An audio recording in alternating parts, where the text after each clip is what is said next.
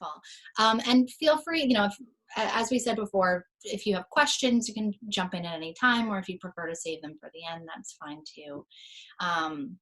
So today, as Frances has been talking about, we're talking about social well-being and how to support our children in this pandemic world where we are learning new ways of interacting in a lot of different venues of life.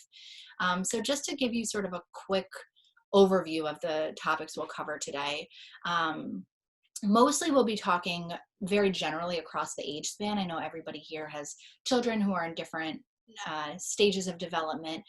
So the talk is going to be pretty general, but I like to start just by giving you sort of a template of what's going on in terms of social skills and developmental needs in each stage, so that everybody can sort of picture their own family, their own children, and their own circumstances, and how all of the activities that we'll talk about could apply to your kids' age range. Most of the talk is going to be focused on the different social concerns that parents have been bringing up and how to help support you in supporting your children through these different concerns. Okay. So just a quick word about, I mentioned earlier, my background in doing a lot of individual therapy with children, adolescents, family and parenting work. I also work with a group who we provide therapy services as well as evaluations for academic services, as well as occupational therapy, speech and language therapy, executive functioning coaching, tutoring. We basically, try to bring together as many specialties as possible so that we can think very holistically about the development of the child. So just to give you all a little perspective on where I come from in my approach to this subject. So I like to start by defining terms. So we're talking about social well-being today, but to talk about social well-being, we're talking about social emotional well-being. They're very much tied together. So social and emotional well-being is defined as our ability to maintain and develop really rich, meaningful relationships, as Frances mentioned earlier, thinking about how to help our kids to be able to stay connected to peers in this more distanced way. And we're talking about emotions. We're talking about, to be able to function in a social relationship, you need to have a good understanding of what emotions you're experiencing in those interactions, how to manage those emotions, particularly if they're disproportionate to the situation, how to express them in healthy ways, and how to read other people's emotions.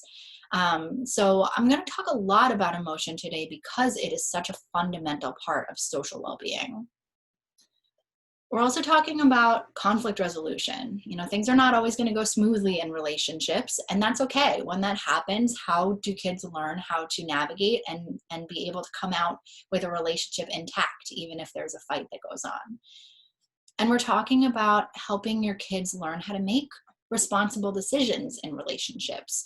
For teenagers who might be thinking about romantic relationships and other things like that. For younger kids, even just decisions about, how to go about making a friend, who to choose as a friend, and how to know how to comport yourself in friendships. So if you think about these skills, a lot of these are pretty fundamental skills that kids are developing outside of our typical view of social relationships. It's not just things that are happening within a peer context, but a lot of this does happen at home.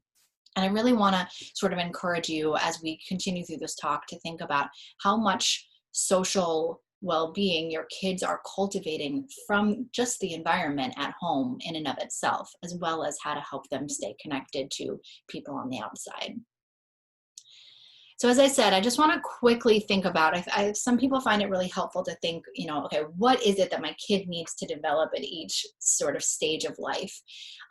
So for those of you who have elementary school kiddos, what we're talking about here in terms of social skills development milestones is a really basic skills of learning how to be a person in the world, playing out different social roles, learning basic skills of having conversations, taking turns, managing emotions as they come up, thinking from somebody else's point of view, coping with strong emotions and learning how to express them using words rather than actions. And a lot of these things are very well developed in the home environment. So yes, peers are a great place for kids to be able to play some of this out. But at this stage of the game, parents can do a lot of the support in helping kids to develop these skills, particularly in the younger elementary school years when kids are still really interested in play. I encourage parents to do as much playing with their kids as possible, because there's so much rich social development that happens from just getting to play out, playing, going to the grocery store, playing, whatever your kid is interested in playing, dive in there and follow their lead. And that will really give you a lot of opportunities to help them build these skills. For those of you with middle schoolers, we're starting to get into, now they've got that fundamental skill of being a person in the world, and now it's about figuring out how to be themselves in the world. So kids are starting at this stage to think about what are the things that they like and don't like, and how does their actions impact other people. So it's a lot of kind of trial and error and playing this out. If I change up my hairstyle, how do people react? If I say this or that, how do people react? So peers play an important sounding board here. So relationships with friends starts to be more important.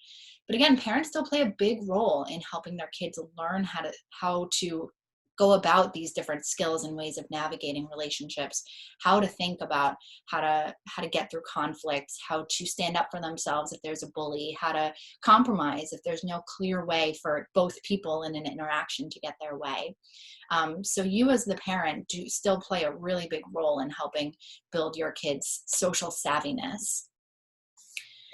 As we get into high school, we're talking about a time period where peers do come more into play, where it's very typical for teenagers to want to spend less time with parents, because part of the developmental goal here is for them to get ready for the next stage of life when they don't live with their parents anymore. So it's very typical for teenagers to want to try out different identities, even if they're not the ones that end up fitting in the long run. It's about trying it out and seeing how it feels, pushing back against parents to see how that feels, to establish for themselves what they believe in. So if you have teenagers, you may be seeing that all of this opportunity for family time that we're having right now might not be so interesting to them, and that's okay. It's okay for them to be wanting to spend more time with peers. And so this is a stage where we really are going to think more in the pandemic world about how to help them stay connected to peers, and how to flex maybe some of the house rules you might have had in what I call the before times, to help them adapt to more virtual connections. So with that template, I want to dive into the biggest concerns that parents are bringing up to me, which, one of which is, with this period of social distancing, is my kid going to be behind in social skills? Are we looking at any setbacks here that I should be concerned about? How do I help my child to stay connected when we're spending so much time at home and away from peers? I had this vision in my head of all these things I wanted my kids to get to do, and they're missing out. What do we do about that? Concerns about emotional issues that could be coming up for your kids related to being more socially isolated. And perhaps the biggest one is, my kids are on screens all the time now. What do I do? What's appropriate? How do I manage this? So I'll get into each one of these one by one, but please jump in if there's other things that you hope to hear about, or questions you have within or beyond these topics. Before I say anything else, I want to give you a little bit of reassurance. This is a quote from a renowned pediatrician who is, one of the primary experts on early childhood. And he says about the pandemic, even though this is unusual, most kids will come out of this fine, because we are biologically wired to adapt. If we weren't, we would have gone extinct like the dinosaurs. We wouldn't be able to survive, because the environment is always changing. And I really think this is one of the most important things to keep in mind, is that your kids are wired to adapt. They've shown us so far over the past 6 months how incredibly they can adapt. Everybody has things that are harder for them, and I think as parents, we're more fine-tuned to look at the ways that our kids are struggling.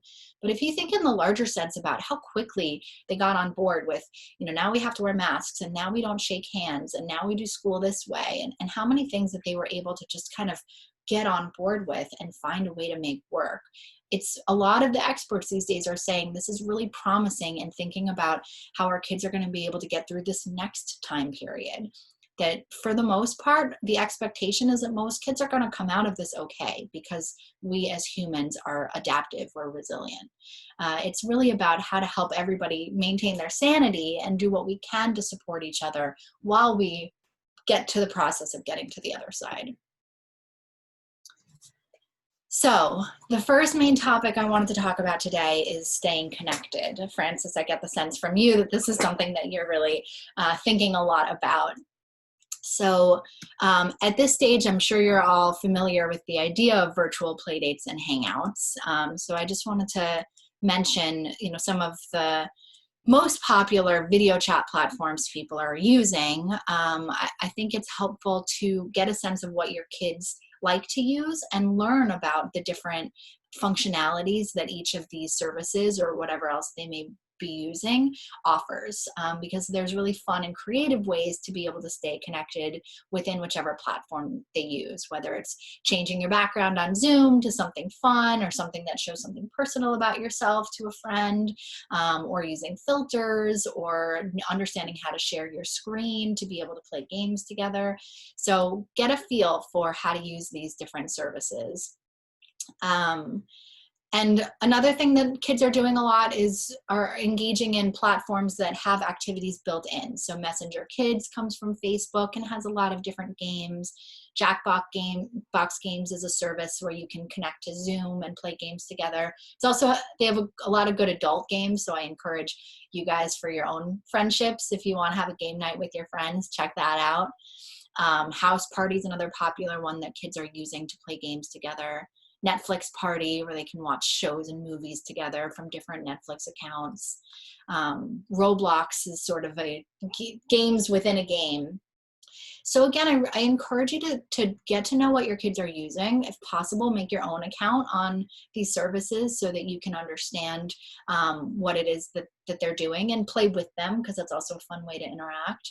But particularly in thinking about some of the appropriateness of some of these.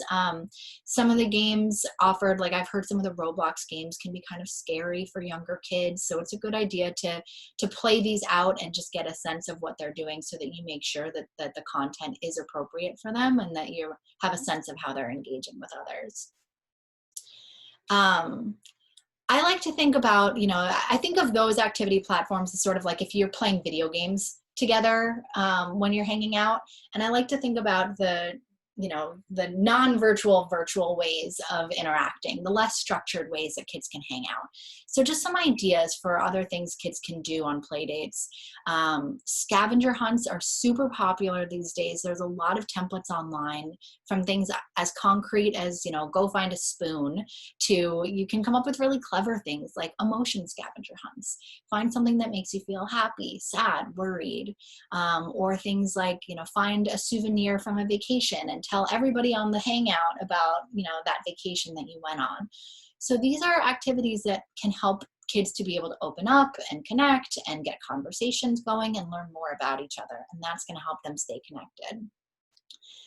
Similarly, games like I Spy through a computer screen can help people be able to learn more about each other and the things in their room. I find talent shows to be a really fun way for kids to get to feel good about themselves, show off the things that they feel masterful on, and again, be able to learn more about each other within the peer group. And then Google has a lot of really fun functionalities that kids can get pretty clever about. Like one game I love is sharing a Google Doc with people and having everybody take a turn writing a line of a story and then seeing what your final product is. Or on Google Slides, which is like PowerPoint for Google, they can do drawing games where they draw a scribble and then the other person turns it into a picture.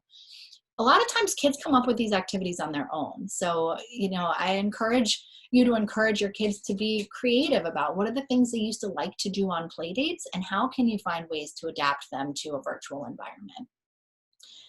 And then one more sort of structured one is I like to give resources. So this is a website at the bottom that lets them play some of the more typical games that they might have played together on play dates. So there's a lot of those options out there too. And then in terms of staying connected offline, there, every family here has different circumstances, different parameters and comfort levels. So as far as socially distanced visits go, I really encourage you to think explicitly about what your family's needs are, and help your kids and help yourself develop the language to state pretty explicitly to others what those parameters are, so that you're not sort of caught off guard if you meet up with a family that has a different set of parameters from you in terms of how far apart they're comfortable people being, or without masks, indoors, outdoors. So I find socially distanced visits to be much easier to manage if you've had sort of a family talk ahead of time about how to do it in a way that feels safe for your family. I like thinking about, ways to return to the earlier times of staying connected. So when we were kids, or depending on your age, pen pals was like a really fun way to learn more about a friend and have a deeper connection. It's a nice way to stay in touch, particularly with older family members who may not be as tech savvy, but also for kids to learn different ways to be able to connect to each other. Along those lines, I like to think of ways to make it fun and engaging. If you think about some of the social skills development needs, making collages for a friend is something that takes a lot of social thinking about what are things that my friend might like, or what do I know about my friend that I could put in a collage for them? What are things that would make them feel good if I put together a care package? What kind of cookies do they like? What's their favorite color? So it's a nice way to stay connected and to work on some of those social thinking skills.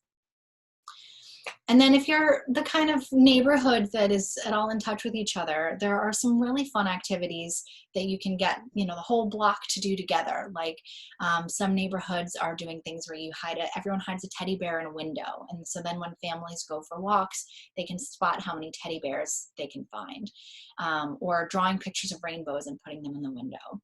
And I like activities like this because it helps kids think about ways to stay connected in a bit more of a global way, how to contribute to the community at large, and have empathy for the fact that we're all going through this together. So even though it may not feel like the same thing as spending time together in a one-on-one peer interaction, it is a way of helping your kids to build connections. Sidewalk chalk is another one where, you can either write messages to the whole community or to your postal workers, or it can be a fun way for kids in the neighborhood to interact with each other. It can be that they draw tic-tac-toe boards and they come visit every once in a while and see if the other person's taken a turn, or they write notes to each other back and forth. So it's a socially distanced way to be able to communicate. And as I mentioned earlier, this really is a time where building the relationships at home is a beautiful way to set your kids up for social success throughout the lifespan. Kids make use of social connections wherever they can find them, even down to their interactions with their pets. So the role that the family plays right now really is huge. I wrote down some of the skills I think that are most clearly developed or universally developed within the family setting that are great ones for lifelong relationships. To live within a family, you end up working on your empathy and thinking about how your actions impact other people and how other people are feeling. By doing things like chores around the house, that's a way of learning to take responsibility for maintaining the household, for keeping the family together and in check. There's a lot of perspective taking that happens at home. If someone's having an off day, your kids might be thinking about what's going on for my brother and my sister that's having them have a temper tantrum right now, and thinking through, how they can help them feel better. Conflict is very much on the rise at home. I don't think I have a single family that hasn't reported an increase in how much fighting is happening at home. And while that might feel problematic, it's also more opportunities for your kids to learn how to resolve those conflicts. And that's a huge skill in peer interactions. Learning how to cohabitate, learning how to live with another person takes a lot of self-restraint and impulse control, and then a lot of these other skills of empathy and perspective taking. So just everyday life within the family is a way of setting your kids up to be able to maintain relationships outside the home. So I know you guys just had a talk about self-care, but I really cannot stress this enough, that the best way to support your kids' social and emotional well-being is to support your own. By taking the time to take care of yourself, you are going to be in a better position to help model for your children the skills that they need to maintain their relationships, how to regulate your emotions if your emotions are starting to take over, how to bring everything kind of back down, and again, how to resolve conflict when you're getting into fights with people, if your kids aren't following through with what they need to do and you're getting upset. If you can show them how to bring your emotions down and how to talk, openly and understandingly with other people, you are going to help them develop the skills that they're going to need to use in other relationships. One skill I like to help parents develop is taking your own emotional temperature. So what happens when we get sort of out of control with our emotions, and it's the same thing for our kids, is we don't always realize it as it's happening. Have you ever noticed your voice, all of a sudden you're screaming and you don't really know how you got there? So a great skill to model for your kids is if you notice that your own arousal level, how big your feelings are, starts to go up. Take your temperature from 1 to 10. If you notice that your arousal level, your emotions are at like a 4, 5, or higher, take a few deep breaths and give yourself a moment to come up with a plan for how to stay grounded. This kind of a skill, your kids are going to observe this and they're going to learn how to do it on their own. It's going to reduce the amount of conflict at home, and it's going to help them be more self-assured in their other relationships outside of the home and how they navigate conflict or distress. And again, we're talking about social well-being for your kids, social well-being for yourself. If you want to help your kids maintain relationships, show them how you maintain your own relationships. Make time to hang out with friends, do what you need to do to stay connected. Give yourself permission to have a cocktail hour over Zoom with your girlfriends or whoever it might be. Not only is it okay, not only do I give you permission, but it is a way to help your kids to see and understand the value of maintaining relationships. Because it can be hard to have the motivation these days to stay connected. And if they see you doing it, they'll be more likely to put in the effort to do it too. A couple more words about the home environment. So there is a lot of pressure these days for families to spend more time together because you have more time together. And there are going to be times when your kids are not going to want it to do it, and that's okay. If they're looking for an escape, let them have it. It's a great way for them to learn self-regulation. Sibling conflict is another thing that is certainly on the rise, as siblings are not only siblings, but now largely their own peer groups.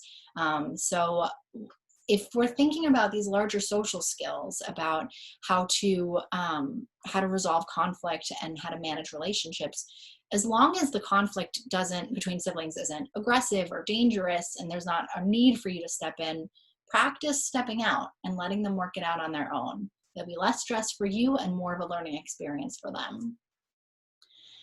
And then there's going to be a lot of emotions flying around in these times, a lot of distress about friendships and wanting to have sleepovers with peers and not getting to, and things like that, your own stress about managing your kids' schooling environment, your kids' distress about their schooling environment, and whatever those emotions are, I think it's really important to give them space to breathe, to open the doors so that everybody can learn how to talk about them, how to acknowledge that this sucks, it just does, and that's okay, and validate whatever they're going through.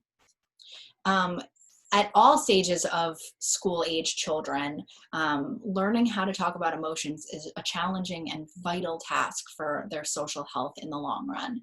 So if you can help them learn by labeling your own emotions, if you're having a day that you feel sad or scared or angry, put words to what you're feeling, talk about it in ways that's appropriate for their development. You don't need to overshare, but let them know what's going on. And that's going to help them learn to label their emotions and talk openly in their relationships. And then I mentioned chores before. Chores are a great way of building a sense of community responsibility. So as long as they're things that are appropriate for your kids' level, things that they can do and they can feel confident they can do, it is a nice way to help them think big picture, how do I impact others? One way to help navigate some of this is, some families like to have family meetings or check-ins where they can talk out any issues that are going on. They can share their highlights and lowlights from the week. You can plan activities together so that it doesn't feel like Groundhog's Day, being stuck with each other all the time, every day. Be open-minded. If your kids suggest something to do together that sounds really aversive to you, encourage them to give those suggestions and show ways that they want to connect with people, and see if you can find a way to make it fun and make it engaging for you, so that they feel empowered to put themselves out there with suggesting how to stay connected and have fun. And those same emotion check-ins that I talked about earlier for yourself can be a nice family activity too, of, you can all go around and, identify your feelings and rate them from 1 to 10. If anyone's familiar with the zones of regulation, where you're thinking more about how big your feeling is versus what the feeling is, this is helpful for younger kids in particular. A blue zone is when you're kind of feeling a little bit down, whether it's sad, tired, maybe a little sick, you're feeling like a low energy. Green is sort of that optimal arousal level of you're happy, you're calm, you're content. Yellow is a little bit amped up. It could be amped up like a little anxious, or it could be a little excited, but you're feeling like a little bit more jittery. And red is when your emotions are big, like really mad, really sad, really, really anything, really excited, where you're kind of out of control of your body. And I find it helpful to get in the practice of labeling and sharing how you're feeling with other people in the family, because it also helps them be able to build a read on other members of the family. And that's, again, another really great social skill. So what can help also is having everyone in the family make a list of the activities that helps them feel good. For mom, it might be taking a walk. For dad, it might be, playing a video game at the end of the day. For, your brother, it might be having a glass of juice, whatever it is that makes someone feel good. If you have a list of those activities, it can really help that social perspective taking. If someone in the family notices that Jimmy's having a bad day, they might say, hey, you know what, Jimmy, I know that it makes you feel good to hug your teddy bear. Here's your teddy bear. And so building that sort of sense of community and understanding can help your kids also build empathy and perspective taking and self-regulation skills. So that's what I have about connecting with peers and at home, because again, those relationships at home are a template for relationships with peers. In terms of social skills setbacks, like I said, where experts are really not expecting that this is going to be a big problem for kids. They're going to continue to adapt and get through this. So what I really want you to think about is how your kids are still developing these social skills, even without a typical peer environment.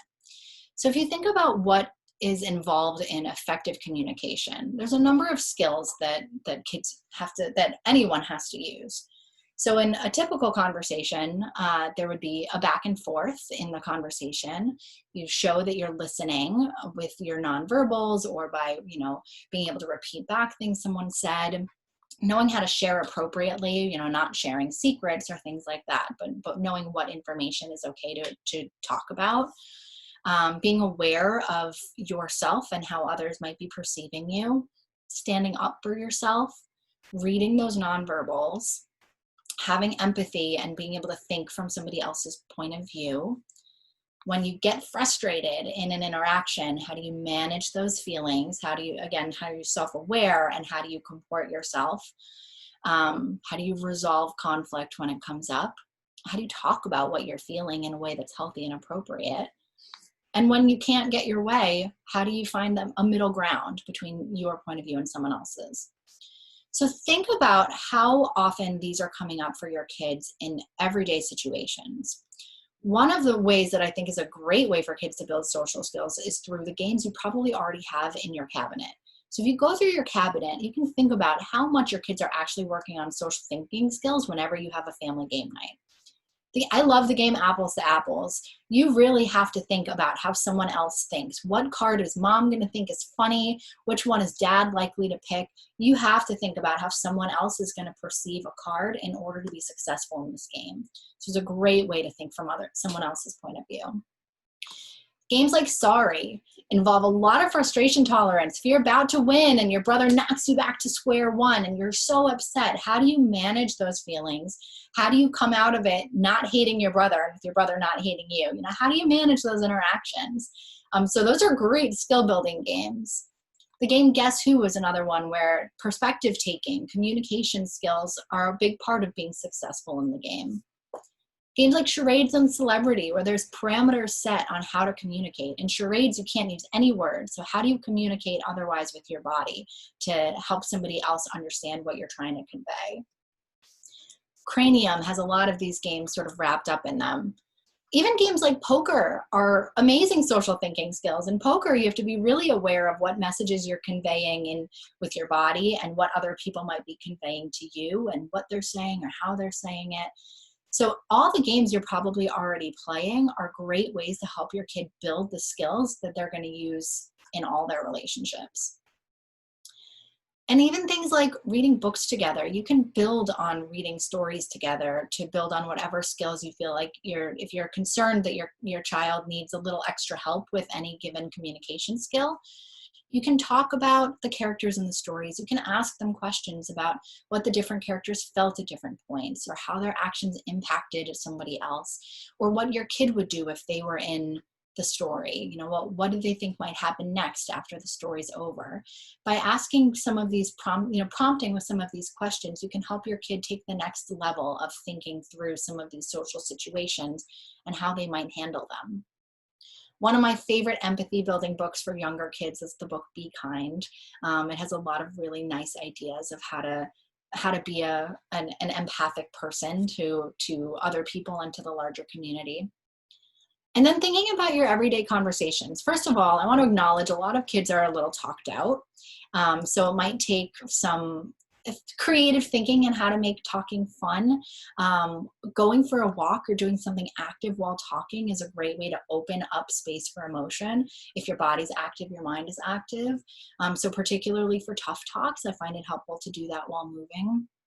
Something I often do with kids is role playing card games like Uno or Go Fish. With each turn, it might be that someone asks someone else a question, or you can even play, if you're working on conversation skills, you can play games like, see how long a conversation you can have.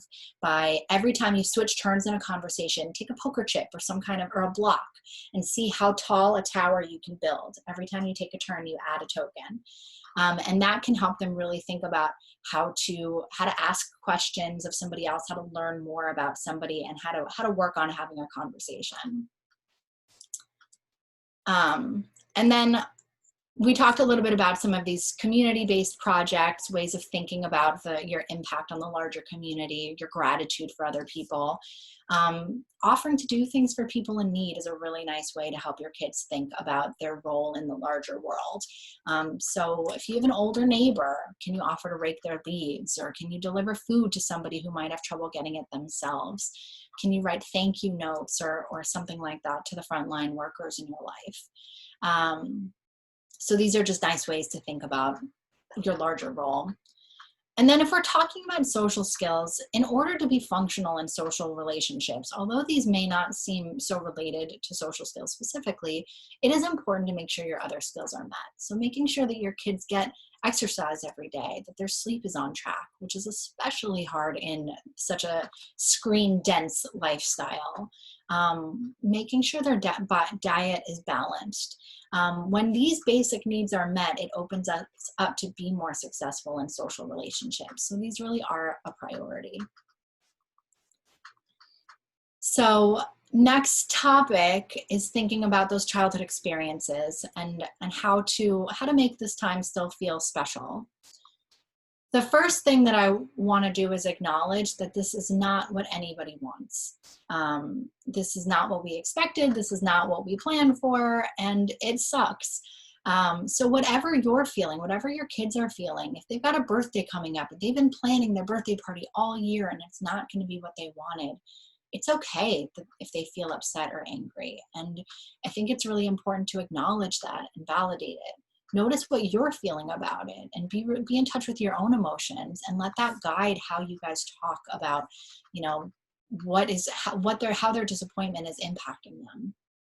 One of my favorite activities to have these kinds of conversations is to ask everyone in the family the following questions. You can either do this in conversation, writing them down, or drawing your answers to each one, but asking, what is something you've missed since being in quarantine or since social distancing?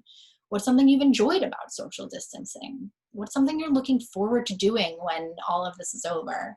And what have you learned about yourself since the pandemic started? And these are really nice conversation points to help you think about, the good and the not so good about this situation and how to adapt and get by. So once that's all been kind of out in the open, I think that makes it a lot easier to be able to adapt. I find it important to celebrate every special event, even if it's not the way that you wanted to. Even if prom and graduation were canceled, what are ways you can still acknowledge that that's a big deal? The first day of school, whatever the case may be. So whether it's doing Zoom parties for your birthday or drive-bys for your birthday or just celebrating within the family, it might not be exactly how you wanted it to be, but it's still something to mark. And that can help you talk about, what are ways to still make it feel special. It might be that you are feeling like your kid's going to be disappointed about not having a birthday party, but all they care about is having their favorite chocolate cake.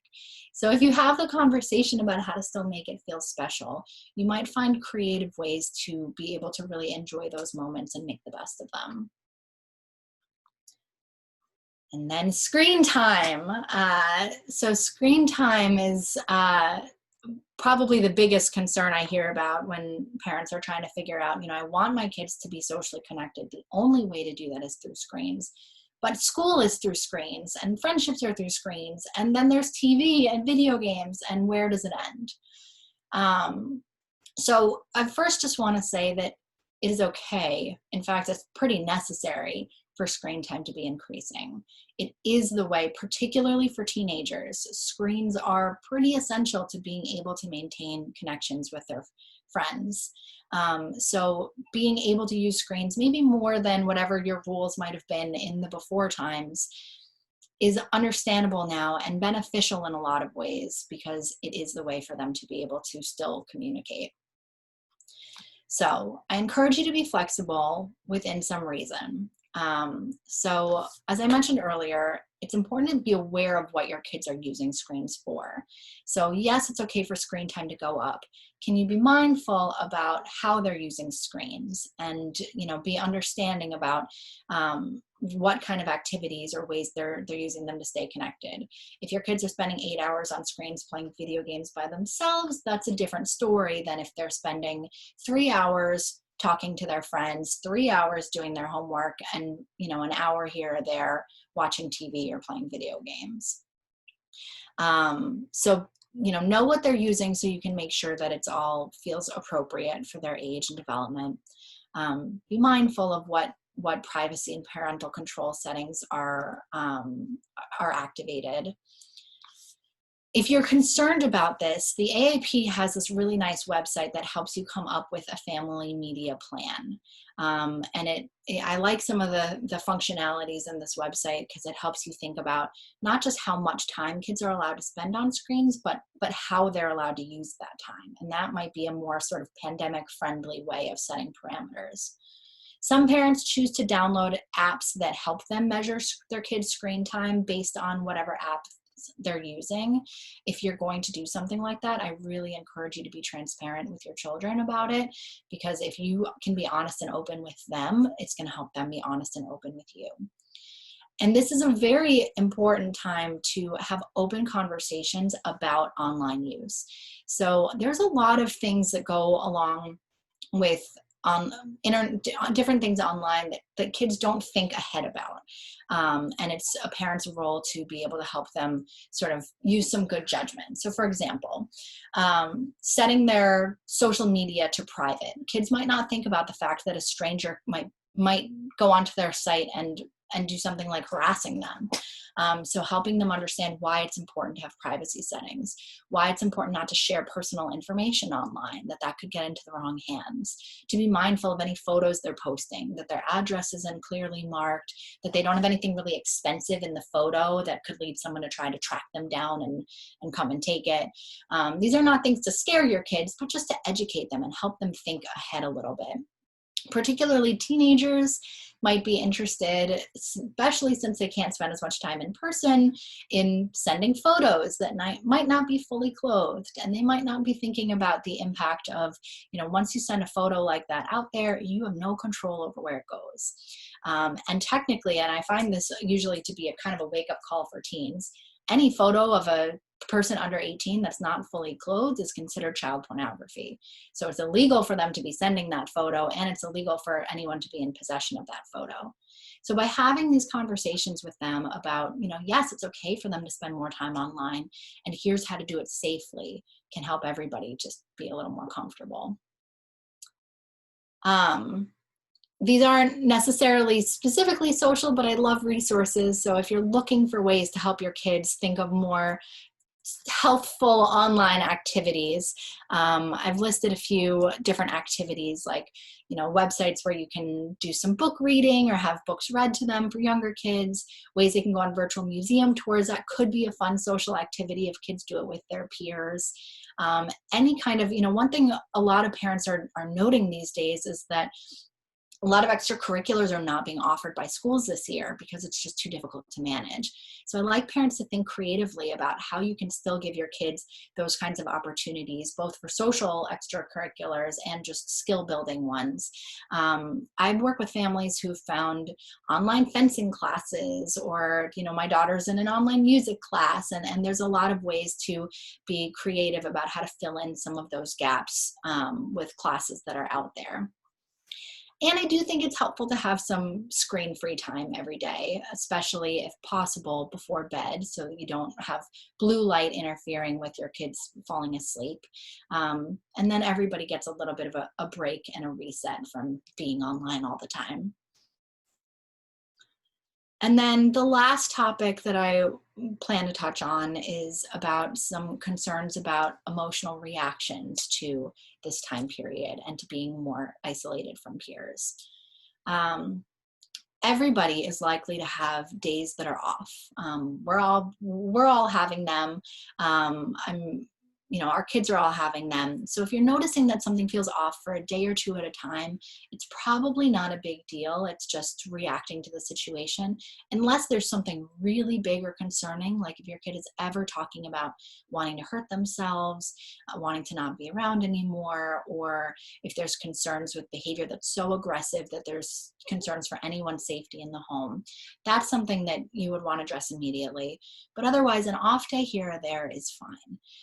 If you're noticing any of these symptoms going on for like a week or longer, really a pattern, that's a time that it might be of more concern. So if you're noticing that your children are more withdrawn, not necessarily just from you as the parents. As I said, teenagers are going to pull away, and that's typical. That's okay.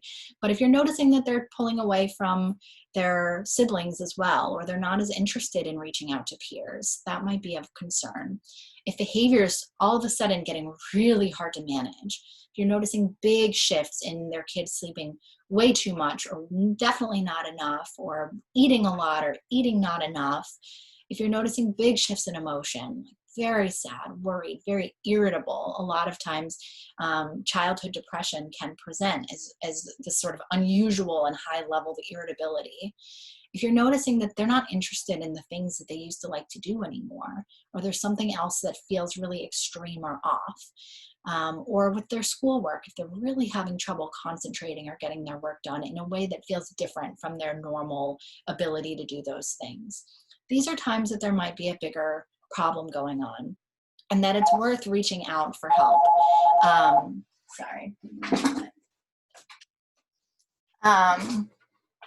So if you're noticing any of that happening, it is a good idea to reach out to a mental health professional and just get a consultation to see if there's something more that might be helpful for you to do. If you notice anything acutely concerning, like I said, I give resources. So those are times to call 911, go to the nearest emergency room. Connecticut has its own mental health emergency line. It's like a 911 for mental health issues if you call 211. And here's a number for the Suicide Prevention Lifeline. I find it more helpful to know about these things than to not know about them. So I'm putting them here just so that you're aware that these resources are available. But thinking in the large scope about everything that I've talked about so far today, I just want to, if you forget everything I've said, I want you to remember this one slide, being that kids are hardwired to adapt, that they have proven how resilient they are so far, and they're going to continue to adapt through these times. So you really might not have to go that far out of your way in order to help support their development. If there's anything that we've talked about today where you're concerned about one aspect of connection or social skills development or another, you can, focus on supporting them in that way. But in the grand scheme of things, kids are going to get by. Do not undermine the impact of social opportunities in any settings, both with their peers and finding ways to help them stay connected, but also in the home, in the community, and in any other setting that your kids are in. They're going to take advantage of opportunities to grow and develop and stay connected. And lastly, the best way to support your kids in managing their own social and emotional health is to manage yours. So after this talk, go do something for you, doctor's orders. So with that, I want to open this up to any other questions you may have, or things that we didn't talk about, or things that were confusing. I haven't checked the chat button, so I don't know if there's anything that's come in. Caroline, sorry, thank you for the presentation. I was observing from sort of selfish interests as well, not just professionally. So that was very helpful. I'd had one, maybe I can get the ball rolling with a very perhaps simple question, but you mentioned pen pals, and I do think that's a great idea, even for maybe some of the kids who are doing other languages, etc. Do you have any resources for how to get a hold of pen pals? Like, how do you find a pen pal for your kids? That is a great question. So if you're looking for new pen pals, I haven't seen specific services of how to connect people, but I have seen people posting on Facebook. Like there was a big push, and I'm not sure how to find it, but I wonder if it's searchable. There's a nursing home where I saw people posting that everyone in the nursing home kind of put out like a little bio, and they were asking for a pen pal. So I think it's out there if you just search for, if you're looking for ways to stay connected with pen pals. I'd be mindful of checking whatever resource or service it is that's offering it, just to make sure that it's somebody safe. And again, make sure that if it's a stranger, that you're monitoring what information your child is sharing.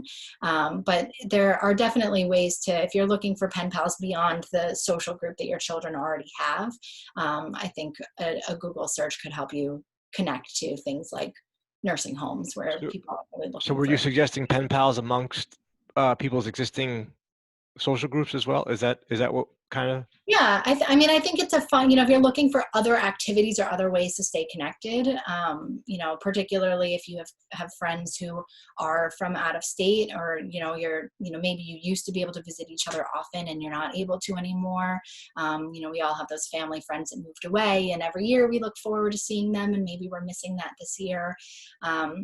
I think that can be a really nice way to sort of hone your children's other skills in connecting, by being able to do it through the written word or through drawings or other things.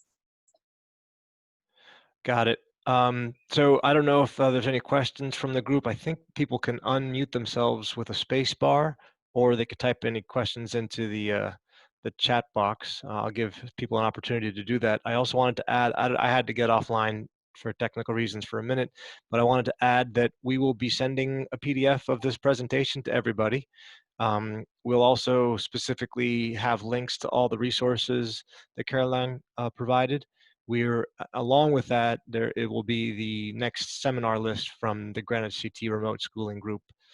So that'll all be in an email later today.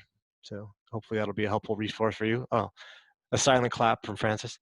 Are there any questions from anybody else on the subject matter for Dr. Siegel?